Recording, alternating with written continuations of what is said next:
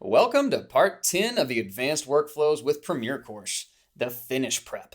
Creative editorial happens in offline, and finishing happens in online. To get our offline edits properly into online finishing, we need to make sure that they're cleaned up and ready to be polished. So, what exactly is finishing?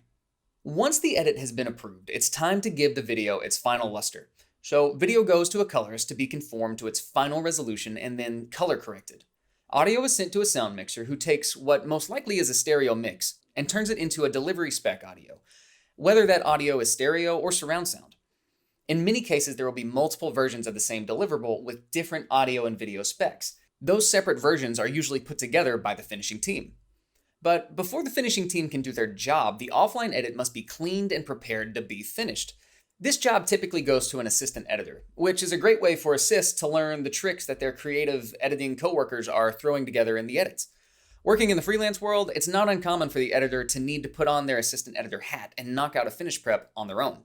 So this is an important skill that studios and agencies need from their editors. Let's go through it slow, make sure to take notes. I cannot emphasize how important this process is. The prepping for finish process has quite a few parts. And essentially, we're cleaning what could be a messy edit and organizing it as best we can so that the finishing team can do their job as quickly and efficiently as possible. To get the prep to the online team, we again have a couple of options. The standard prep is very thorough, and it includes sending the source media to the online team. The ProRes 4444 or ProRes 4x4 prep is also thorough, but instead of sending source media, we share a same as source ProRes 4x4 export to the finishing team.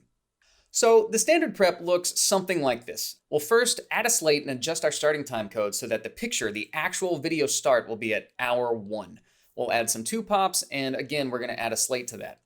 Next, we're going to look at organizing the timeline. We're going to lock the audio layers and start with the video, move the video clips that are stacked on top of each other, and clean it up to get down to as few video layers as possible. Make sure that you watch out for stacked clip effects and any kind of compositing that might be done inside of the NLE. Now, it's also good practice to unnest any nested sequences in an edit when possible. If it's not, due to the effects applied to the nest or whatever, it's best to discuss with the colorist that is onlining the sequence how they would like you to handle that part of the prep. One option may be to render the nested sequence and then cut it back into the sequence being prepared. In the end, just do what the colorist wants. Once the video layers have been cleaned, lock them and move on to the audio layers. Here, you're going to remove any disabled clips and then organize the audio. My personal preference is that we move dialogue to the first few layers, effects on the layers below the dialogue, and then music along the bottom of all of the audio layers. There's not a hard and fast rule to organizing the audio, just do it in a way that makes sense and keep similar audio like dialogue, music, and sound effects grouped along the same tracks. Now, as you go through the edit, use markers to note anything that's strange or complex that the finishing team should be aware of. This could be things like reasons for stacked videos or wrong frame rates in an edit, or maybe sections of dialogue that have a lot of background noise or are just generally hard to hear. Be sure to bring these moments that you mark to the finishing team's attention when you send off the edit to them.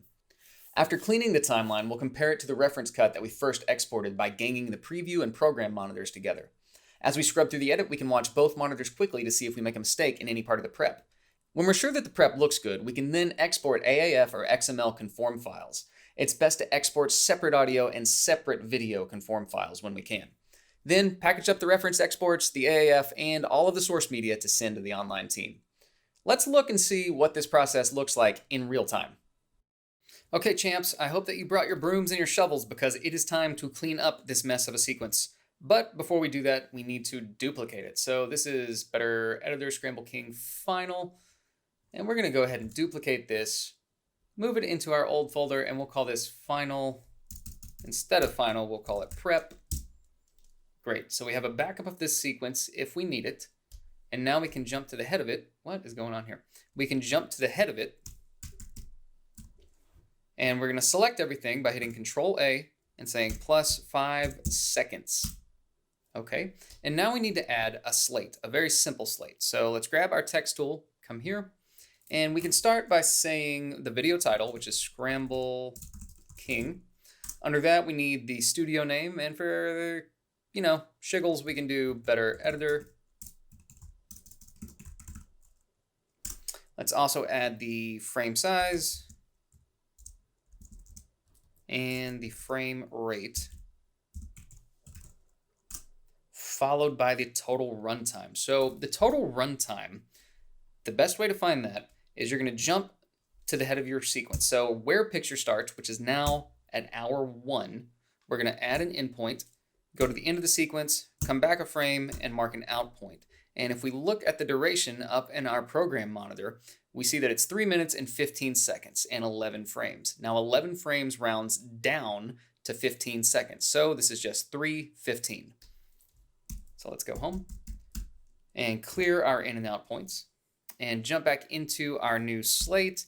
And we're going to say total runtime, or TRT, is 3:15. And the last thing we want to include is the audio configuration, which is stereo. Great. So we're going to take this, and just to make it a little bit more aesthetically pleasing, I'm going to make the majority of it, let's do Futura book. That'll look good. Okay. And we'll move this right about here. Okay, really the only people that'll see this are other video editors or post-production professionals, so you don't have to get too crazy here. All right, now what I want to do is move forward 3 seconds. So we're at 59:58 in our timeline. Okay, and we're going to add a 2-pop. Now a 2-pop is a visual and audible reference of a mark in the film. So this is so that once we go to color and we go to audio finishing, so we'll be able to line up all the finished pieces after they've been onlined.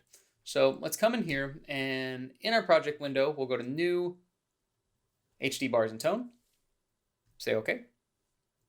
And we're going to load this into our source monitor. Now, just as a quick aside, in Premiere, you can't double-click this to load into your source monitor. When you double-click HD Bars and Tone, it pulls up the tone settings, which is convenient because we need to change the amplitude to -20. It's just an industry standard thing. And we're going to grab HD Bars and Tone, drop it into our source monitor, mark an in and out right there, 1 frame, and we're going to drop this into our sequence on video track 1 and audio track 1. Boop. Done. Okay, so now when we play this back, we see that little pop, and that's what's going to help keep things in sync as we go through the finishing process. Now, since all that's been done, we need to export the sequence as it is. Before we do any cleaning, before we touch anything, we need to export it like this. So jump over here and say export. And for our purposes, we can use an H.264. Some post houses will like you to use some flavor of ProRes or DNX HD. For what we're doing, we just need this as an online reference. So we're going to use an H.264 just to keep the file size down. So we'll save this, go to exports, great, and export. All right, with that exported, now we can jump to our project folder. So we'll go to projects, and we're going to add this to the exports. I'll go ahead and make a new folder called prep.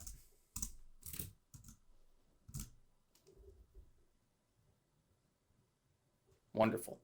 And let's pull this back into our project. And in here, I'll go ahead and call it prep ref. Great.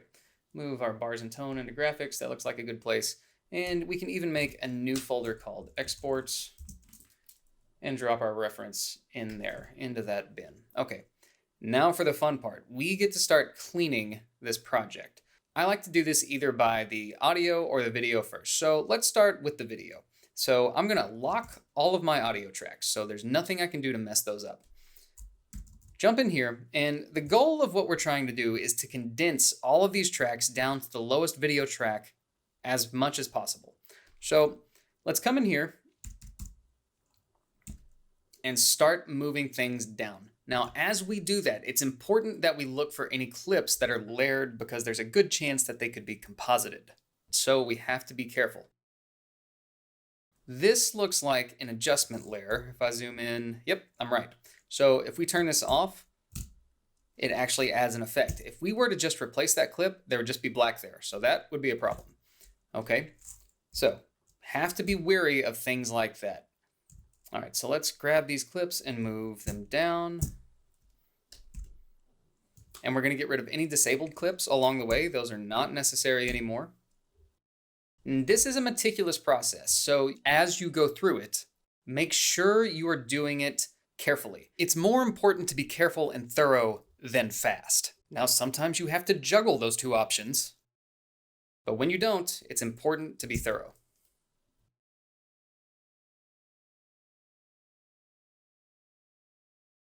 Now, here's an exception to the rule. So when we're using graphics, I like to keep graphics on a separate video track. That way we can keep them away from the actual footage.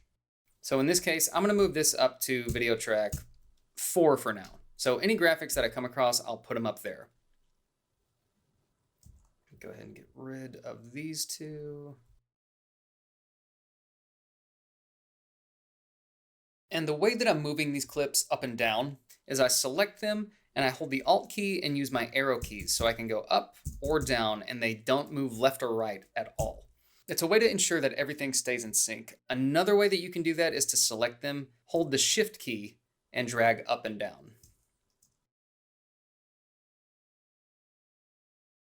So this lower third is another graphic. So I'm going to move this up to video layer 4. All right, do you see what I just did there? By moving that up, I wasn't paying attention and I accidentally erased this clip right here, which would make this cut different from what was approved. So let's undo that. And we're going to move these clips down first and then move this up to video track 4.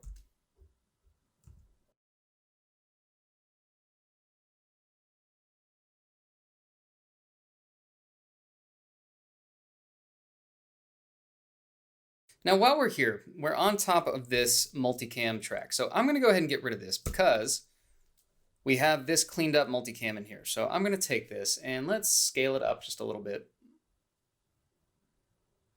Okay, get rid of those black bars.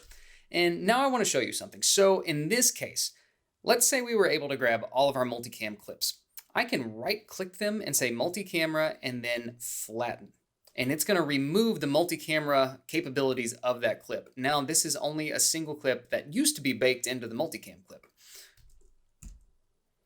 When you're sending this off to finishing, it's important that any multicam elements that you have, including the audio, need to be flattened or have the multicam capabilities removed.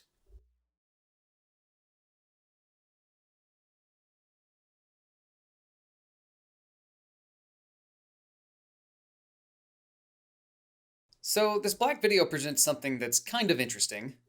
If we expand this video track, we can see that the black video has keyframes that take it from 0 to 100 and make it a transition. Rather than being on the clip itself, they added the opacity to a black video, which is okay, nothing wrong with that. It's just important that we don't delete that clip and we don't overwrite the clips underneath it with the black video, because if we got rid of this, the video underneath would not be there. So let's get rid of this disabled clip. Bring this down. Okay, now when we come to transitions, it's important to watch how far these transitions go, because a lot of times there'll be a segment with a bunch of transitions in a row. So this goes, 4 transitions. Let's go ahead and bring all of these down, and now we can bring the black video down.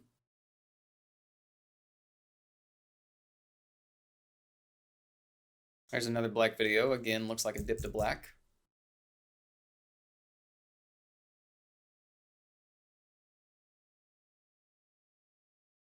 You could see that if this were a longer piece, this could take a lot of time. But again, that is okay. The most important thing is that you take your time and you get it done correctly. Speaking of getting it done correctly, how do we know that we got it done? Well, once we get done with the audio, I'll show you how to take care of that. So this looks good. We know that we have 2 graphics right here as well as these things, but look how much cleaner the video tracks are. So to one up that, we can actually come here and say delete tracks and get rid of all of the empty video tracks. Now we're going to reverse our locked layers. I'm going to lock all of my video layers, unlock my audio layers, and zoom into the beginning of the timeline, and we're going to do it all over again. Now, before we get started, I want to talk about how we're going to organize this. So what's the most important thing with audio is that we organize the tracks by the type of audio that is present. By that I mean the first few tracks are going to be dialogue, underneath that can be any sound effects, and underneath all of that will be our music bed. So the first thing I'm going to do is get rid of this disabled music track. Anything that's disabled in the audio that we're not hearing when we play it back, just needs to go. Let's see. And if we zoom into this music bed, okay, so that frame matches up. We can drop this here. And let's move our music tracks down. Great. And a lot of times what I like to do is actually add some music tracks to give me some flexibility, or excuse me, not music tracks, but audio tracks to add some flexibility while I'm moving audio around. So if I need to shuffle things, I can. So let's zoom in. And I'm going to keep all of my dialogue on the first 1 or 2 audio tracks. So that means that I want to try to put all of my sound effects on audio track 3. And if they won't go to audio track 3, I'll take them and put them on audio track 4. Okay, so this is interesting. This looks like natural audio or nat sound. So these, yes, so this is nat sound. So this goes with these clips up above it. So it's not a sound effect, but it's not dialogue. In this case, you can kind of put it wherever you feel like it fits best. In my opinion, this would fit best with sound effects because I think that's what it's being treated as.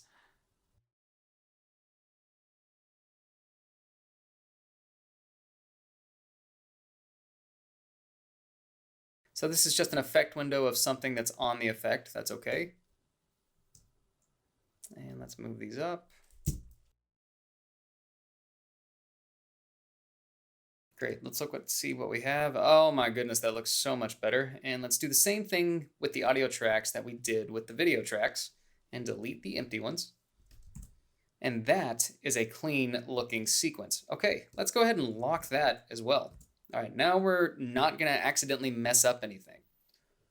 Now the next step of this process is we need to make sure that we didn't mess up anything as we were going through and cleaning up this sequence. So to do that, I'm gonna load up the export that we exported at the beginning of this process. And I'm gonna jump to, actually we can keep this at the beginning. So make sure that our time codes match 00595500, 00595500. Great. So both time codes in the program monitor and the timeline and the source code, they all match. They're all 5955. Great. So in our source monitor, we can go to our little wrench here and say gang, source, and program. And what that means is as we move our cursor,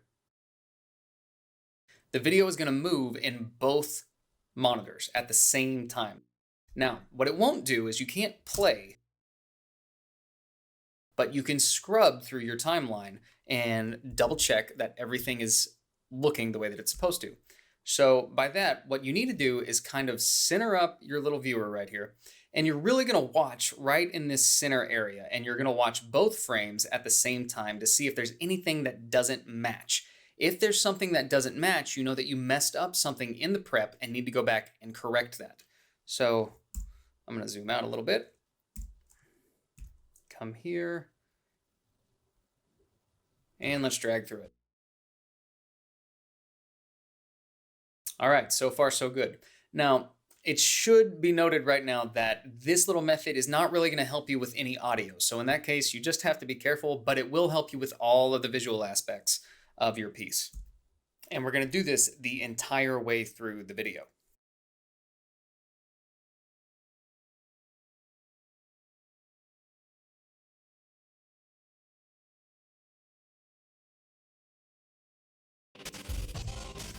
All right, we are in good shape. That looks good to me. So I'm going to come up here and ungang everything so it's not in sync anymore. And now what we need to do is export our conform files for online. So to do that, I'm actually going to duplicate my sequence 2 times. So once, twice. In this first prep, I'm going to say prep-A for audio. In this second one, I'm going to say prep, if I can do it, we'll get there, -V for video. Great. So let's open up the audio. So making sure we're in the right sequence, Scramble King prep A, I'm going to uncheck, or excuse me, I'm going to unlock all of my video tracks. And I'm going to hit Control A and blow them away. Gone. And I'm also going to remove all of these tracks. So delete tracks, video tracks. Great. So now we have a simplified audio sequence that we can send to audio finishing. So to do that, I'm going to say File, Export, AAF. Now, like we discussed, the AAF is a conform file. It's just a document that basically tells another NLE or a DAW, a DAW, how to interpret this sequence. So more than likely, this audio is going to get finished in Pro Tools, which is a DAW. So in order for it to read this, we need to say breakout to mono. So in order to use this, we need to say breakout to mono. So that's going to be enabled. I also like rendering audio clip effects and including copies without the effects. All very important. Okay, so enable, render audio clip effects, and include copies without the effects. Sample rate, 4800 or above is good. Bits, 16 is fine. Higher end things might want to use 24. Files, we want to embed the audio. Now you have two options here. You can do separate audio or embedded audio. I prefer embedded because it makes it a lot easier to just manage the files. If you have issues and you're troubleshooting with your conform files, sending it to online, a lot of times separating the audio and including those audio sidecars is one way of solving the problems that you might have. But for now, we'll keep embedded audio. Format AAF or WAV is fine. And render, we're going to copy the complete audio file unless there's an issue. If there's an issue with file size, you can trim them, but always make sure you include at least 12 frame handles. I would honestly probably go closer to 48 frame so that you have a lot on the audio side of things that they can work with. But we're going to copy the entire thing and say OK. It's going to ask for an export destination. I'm going to send it to, hey, look at that, exports, and say save. Give it just a minute and it's going to break everything out for you into the audio AAF. Good to go. Now we need to look at our video prep. So let's pull up that sequence, make sure we are in the video prep sequence. And now I'm going to unlock all of my audio layers, select all, and delete. We're going to do the same thing by right-clicking, delete tracks, and deleting all the audio tracks. Good.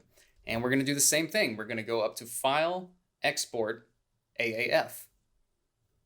And this time we're going to uncheck breakout to mono. We don't care about that. Now, we can leave everything else the way it is. Absolutely do not click this. Do not check mix down video, okay? So leave it just like this and say okay. Same export place looks good, say save. Now when you do the video side of things, it's probably gonna pop up with some warnings. Now these warnings are basically saying that the AAF cannot translate things like the subspace stabilizer or the warp stabilizer, or that it can't translate things like the text layers or the Gaussian blurs, the effects that Premiere Pro uses. That's totally fine. What we want the colorist to receive on the other end is just the information that builds this sequence out and the clips that it involves. So all of these things and where they're located. Now, another option that you can do if you're worried that the AAF is not going to work correctly, you can also provide an XML.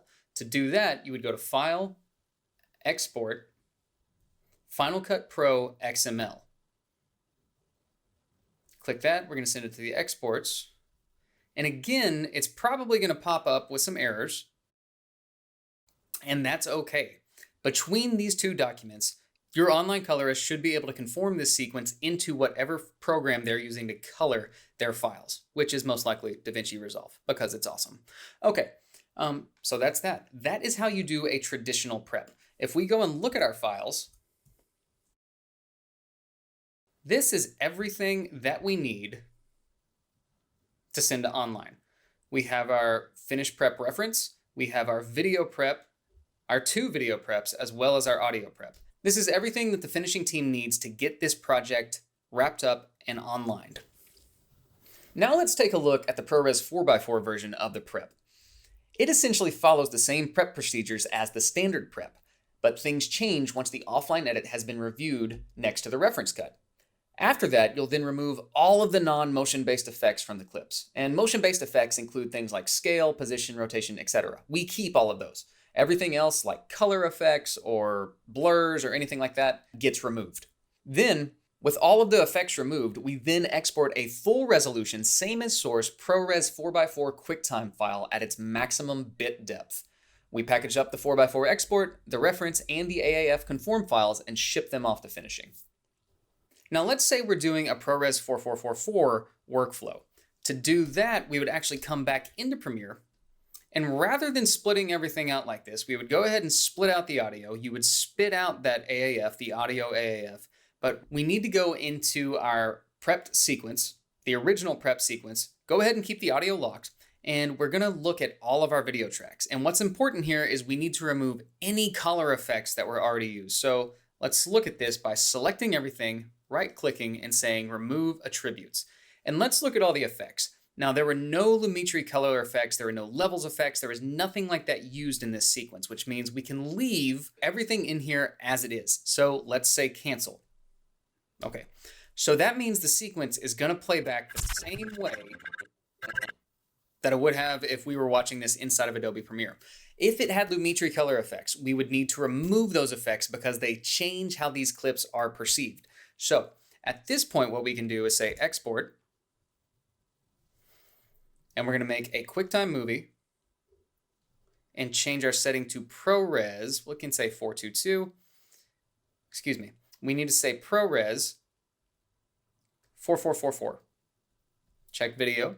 So it's ProRes 4444. The width and the height are the source settings, same as the frame rate, field orders progressive. All of this looks good. On the bit depth, we want to change this to the highest bit depth that we can without an alpha channel. So 16 bits, render at maximum bit depth. The color space is important here. Because we're working in an HD project, this needs to be Rec 709. If we were working in an HD project that uses HDR footage, high dynamic range footage, we would need to use Rec 2100, one of these two options. But in our case, we're sticking with Rec 709. Okay, with that done, everything else looks good. We can choose our settings, or choose our exports. Go to exports. I'm gonna call this prep, and we'll say PR1234. Say save, and export.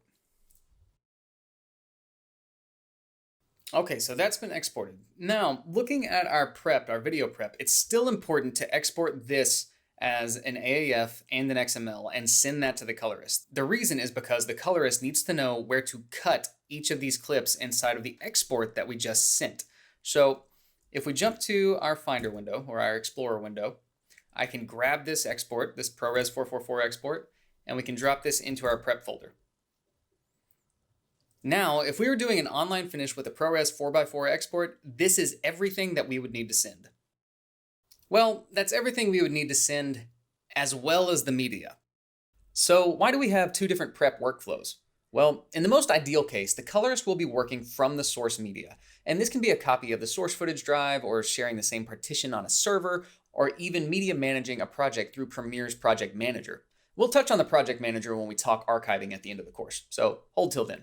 Anyway, the issue with the source media is if you're working with a colorist at a remote facility, it's going to take a lot of hard drive space to get the source footage to them. If you have to copy that footage to a drive, that's also a lot of time that it takes to get the drive prepared.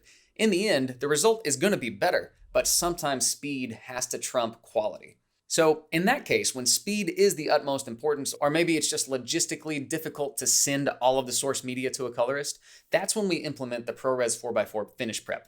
We can simply share the files through Dropbox, Google Drive, or something similar, and the 4x4 file still has a lot of its color flexibility, similar to the source media, and can be used to make a good quality deliverable. It's especially handy in situations where the colorist is in a different city, state, or even country. If you're able to copy the entire media project that comprises this sequence, that's great. If you send them a hard drive with everything on it or they're attached to a server, that's awesome. Now, there's a good chance that that is not the case and you're going to need to send them the media as well as these conform files. So if you have to do that, you can media manage the project and send them those files.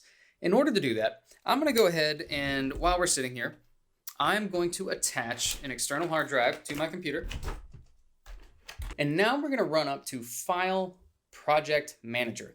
Now in this case, we want to make sure that we grab everything that is inside of this sequence. So this is the Scramble King Prep video sequence. So first, let's find that. Scramble King Prep video. Okay, great. Now, the next thing that we want to find is we want to make sure that any nests that we have in the sequence are also included. So I'm going to grab the Dojo exterior nest. Let's see. That's good. Don't need that. In nest, that's important. We don't need the ring outs because those are audio nests. And that looks good. Okay, so now you have a choice. We can either collect the files and copy them whole to a new location, or you can consolidate and transcode. If you consolidate and transcode, if you select this option, you're going to have to choose a new codec for all of these clips to be conformed into. So I would typically choose like QuickTime option and then go with GoPro, or you could import your own presets. And again, this would be an ingest preset that I would have to choose from. For our purposes, I'm going to collect the files and just simply copy them. One more note on the consolidate and transcode. When you do this, it's important that you exclude the unused clips and you include handles. Okay, even if you don't think that you need handles, you probably do. So handles basically extend the in and out points of a clip by however many frames you select right here.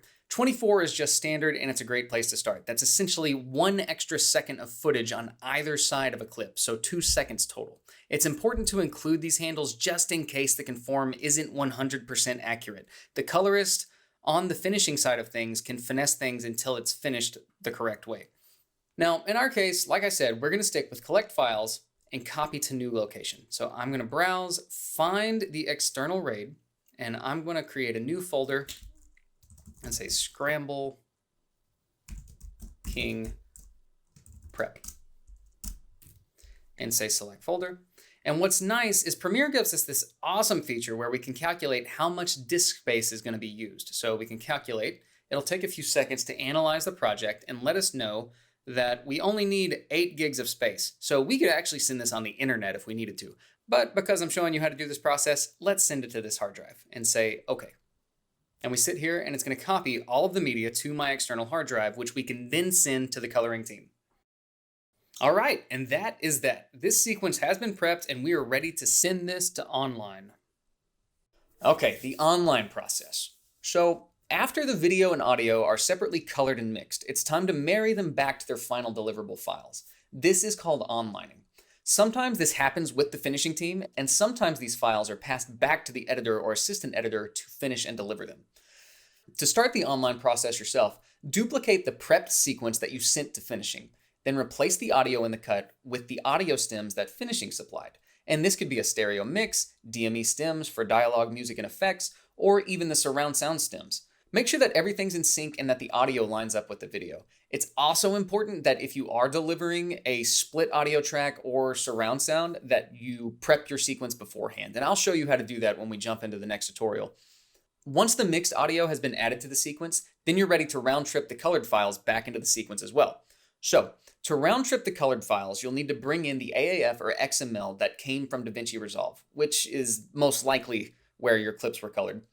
When you pull in the AAF or XML, it should automatically relink to the colored clips that the colorist exported. If it doesn't, simply select all the offline clips and relink them to the new colored clips that you received from the colorist. Be sure you're going to the colored clips and not to the source media that you probably also have on your system. It's easy to do. After you've pulled in the colored files into your NLE, then you overcut the newly colored clips into the final sequence. Be sure to copy any necessary effects left in the edit to the colored clips. And last but not least, we're going to compare the final sequence to the finished prep reference that we spit out a long time ago, and if it all looks good, we're ready to deliver. And here we are again. So we have received our final files back from online. We have our colored footage as well as our mixed stems, our dialogue, sound effects, and music. So first thing that I want to do is pull all of that into our current prep project, which I've changed to an online project. So let's first duplicate our prep sequence, and we're going to call this final. That's exciting, huh? Okay, now let's import. Excuse me. Okay, now let's import our online media. So let's grab our stems and drag those into our audio folder. I'm going to make a new bin. Oh, I already got my mix bin in here, so I'm going to drag that into my mix bin. And then we need to import our color files. So these files came from DaVinci Resolve, and the colorist gave us single clips back as well as an XML file that we can import. So let's import this, and it's going to pop up with a window saying, I can't find the media. That's okay. It's because it's looking for where the colorist exported the media. All we have to do is locate that first clip, so we can navigate to that folder. And with display only exact name matches checked, it pulls up the clip we're looking for. We say okay, and it links everything else. And now if we open this folder, what we'll see is that we have a sequence that it brought in, as well as all of the clips that we just sourced. So I'm going to go ahead and just call this bin, we'll call it from color. Let's twirl it down and drag this into footage. And I'm going to open up this sequence. Okay, so this sequence is very basic. First thing we can do is get rid of the audio. We don't need it. The next thing we're going to do is select all of these clips and then copy them and paste them into our final project. Let's close our other tabs because we don't need them anymore. And I'm going to unlock my video layers and add a new track. Then I'm going to set my track target to that new track that we just made, line up my picture with hour 1, and then paste all of my clips. Okay, now everything should be in sync with the clips below it. And the best method that I've found to replace these clips on the bottom with their colored partners on top is to actually turn off the visibility of that video layer, so video layer 4, and then I'm going to make sure that in my sequence, selection follows playhead is checked. Great. Now we're going to come through. As I scrub through this, I'm going to hit F to match frame, grab the clip below it, and hit Control R to replace clip. Then we repeat that process through the entire piece. And what this does, because we're replacing the clip in the bottom track with the clip on video track 4, it keeps all of the effects in the clip on the bottom track, but it swaps out the footage. Now right there, when we did that one, you can look and see that sometimes the speed doesn't quite match up. This is a few percentage points off versus the one below. And because of that, whenever we match frame into this and replace this clip, it shifts a little bit. So to fix that, what I'm going to do is drag this. Actually, let's undo that and undo the replace clip. We're going to drag this down, and I'll come into my effect controls, and I'm going to change my opacity to about 50. And then I'm going to change my timing so that it's exactly 400 to match the clip below it. Okay, now they match. And then I'm going to slip this until we're in sync over here. See, not in sync, in sync. Change my in and out points.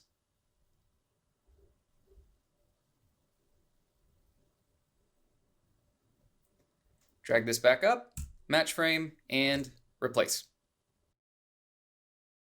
So this is a manual process, but in this part of the online process, that is good. We want the manual process because we can go through and finesse anything that we need to so that we get our final file looking as good as possible.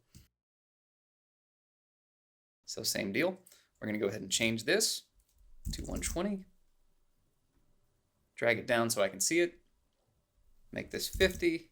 And this one we're actually going to have to scale up. So I'm going to grab the scale from the clip below it, paste it on here, and then slide it wherever I need it to go. Okay, that looks about good. That looks about as close as we're going to be able to get this. All right, and let's move it up.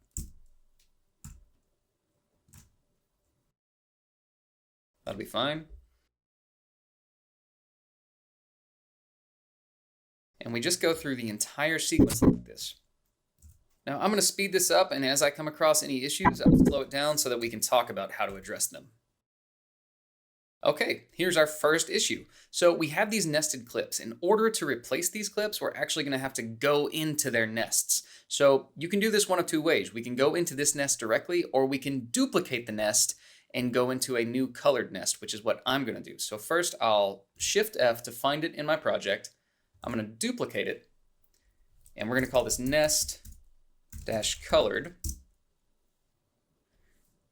and drag it in here. And now I saw that it was going to drag in the audio, and I don't want that, so let's try that again. Perfect. And then I'll do the same thing for this nest. Okay, and duplicate, and we'll say colored. And this time I'm actually going to replace this clip with this nest. So we'll do that. That way it saves all of my effects. I'm going to delete this one and do the same thing right here. Good to go. Now we're going to take these clips, copy, go into this nest, and paste. We can turn that off if we don't want to look at it. And we'll do the same thing here. Okay, now I see this one's been slowed down. This clip has been slowed down by 40%. So let's change our speed to 40%. Make sure that looks good. Okay, that's keeping its timing back. Okay, so what's happening here is this was slowed down in DaVinci Resolve. That's why these clips actually match up. So we're going to leave them alone. And that means that it makes our job a little bit easier. And then we're back at it. Now, as you do this, you can get into a pretty good rhythm. You just have to be careful that you're not missing anything. Always double check. A slight hiccup right there. Oh yes, that's because this has been slowed down. So I'm actually going to take this clip and I'm going to replace it right here. And we'll scale it up.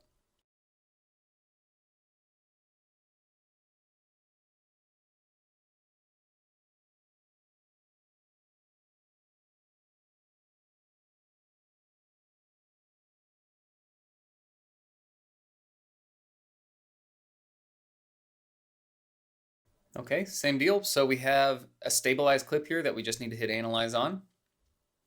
Let Premiere do its magic. And we keep on trucking.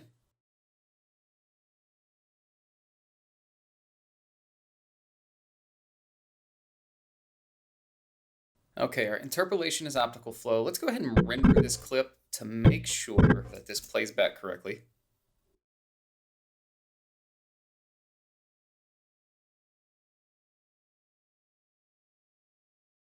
Oh, that's a big shift. Okay, let's take care of this one. All right, so we'll undo that. And again, we're just going to drop this down here. And I'm going to change my opacity to 50%. And we'll scale it up. Grab our motion, grab our motion effect, and paste. Then we just slide it into place.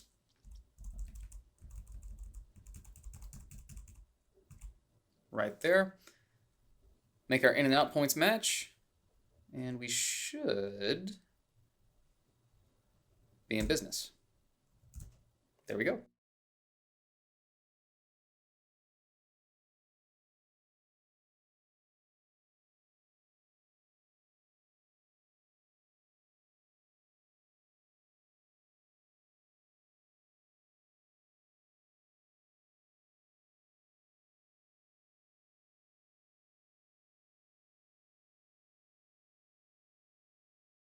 So we've got a weird thing going on where we see these lines going through the transition where it makes us believe that this clip doesn't go far enough to the right side of the clip. So all I'm going to do is check my duration, 12 frames. I'm going to delete this and I'm going to add a new transition, which it still doesn't like.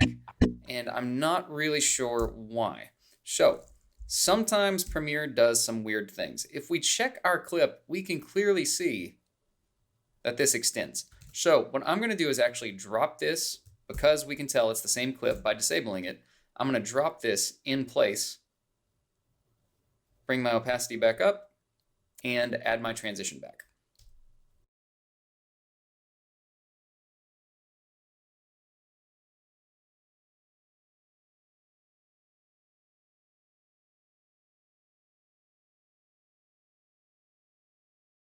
So I'm having a little bit of trouble with this clip. In this case, it looks like the transition itself didn't make its way from DaVinci Resolve into Premiere through the AAF XML conform. So we just need to move our in and out points. And now I think we can do this and right click. Great. And now we have to rebuild this nest. So we're going to do the same thing that we did before. We'll match frame, or excuse me, we'll find it in our project. Let's duplicate this.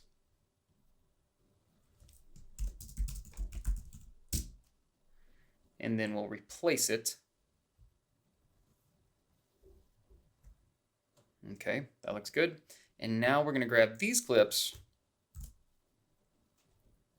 and move them into here.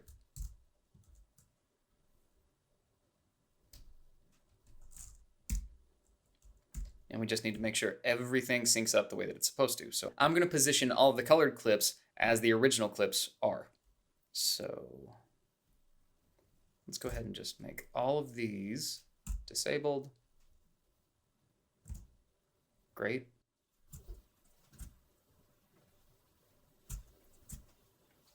And we will stabilize.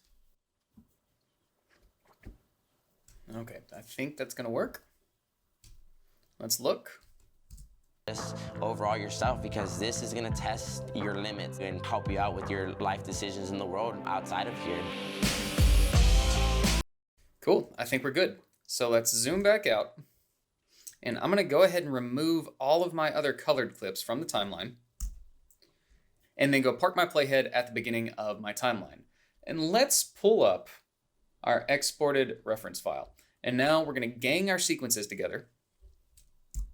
So we're going to gang the source and the program monitors, and then scrub through this again. Now remember, again, when we're looking at a ganged source and program monitor, look right in the middle and kind of watch and make sure that everything looks the way that it's supposed to.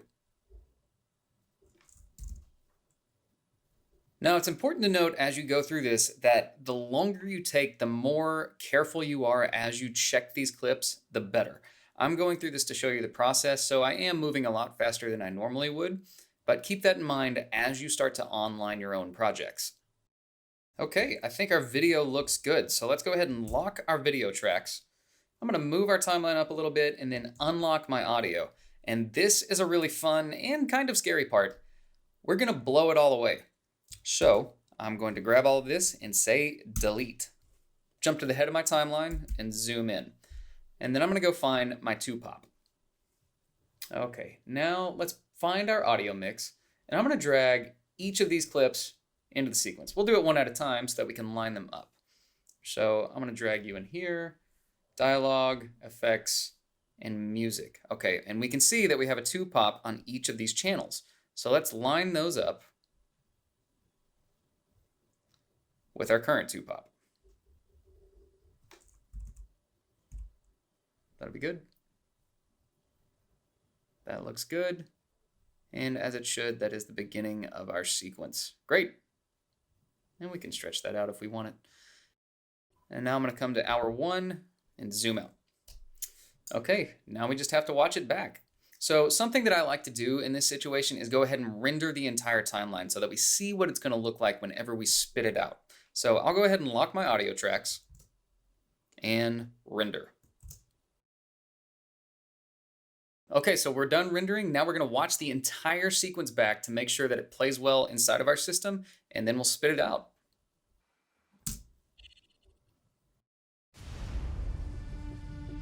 I like to win. You know, I'm trying to prove a statement on a daily basis.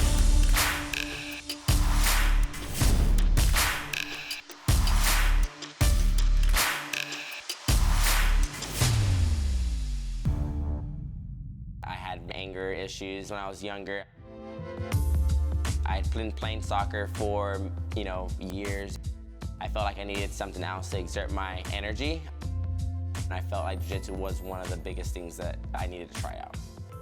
My name is Emilio Hernandez. I train out of Tennessee Brazilian Jiu-Jitsu Academy here in Spring Hill, Tennessee.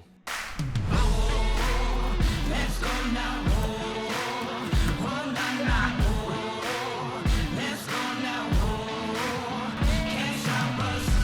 My nickname is Scramble King. I got that from scrambling out of positions and being very mobile when I'm rolling. I received that nickname from a few friends that I've met over the years competing in Houston, and it's stuck ever since. I like to start from the standing position and then, getting the dominant position on top. A lot of my style does have to do with moving pretty quickly, but also just scrambling out of different positions. When I'm in here at the gym training, I'm drilling a lot of different positions, drilling a lot of different scenarios, and I'm making sure that I put myself in bad positions with my training partners. So we start in bad positions, that way I can work out of them rather than being undominant and playing my A game. So I'm always trying to work my outside game and working my defense with my partners. When it comes down to everything, or when it comes down to competing or motivating me to come in every day, it does come back to the fact that I do enjoy the whole learning aspect. Like, there's always something new, there's always something different to learn from the same position. I want to improve myself and become a better person by competing or by training. Then that's what kind of motivates me, because it puts me in a better mindset and a better mood after training each day. A lot of people don't know that there's a family atmosphere aspect about it. When I first came into the gym, everybody treated me like they knew me for multiple years. They all, welcomed me with open arms. And, over the years, I felt like I was a part of the family. We know that we need to push each other. I can roll hard with my buddy Sam or my buddy Ryan, and we're literally trying to, beat the crap out of each other. At the end of the day, we can go back and literally be joking together. We're gonna be joking after our match. That's what makes our friendship, strong, is because we know that we need to push each other when it comes down to rolling. I would say that jiu-jitsu can save you in different ways depending on what you're really looking to get out of it. It might help you build the confidence in just overall yourself, because this is gonna test your limits and help you out with your life decisions in the world outside of here.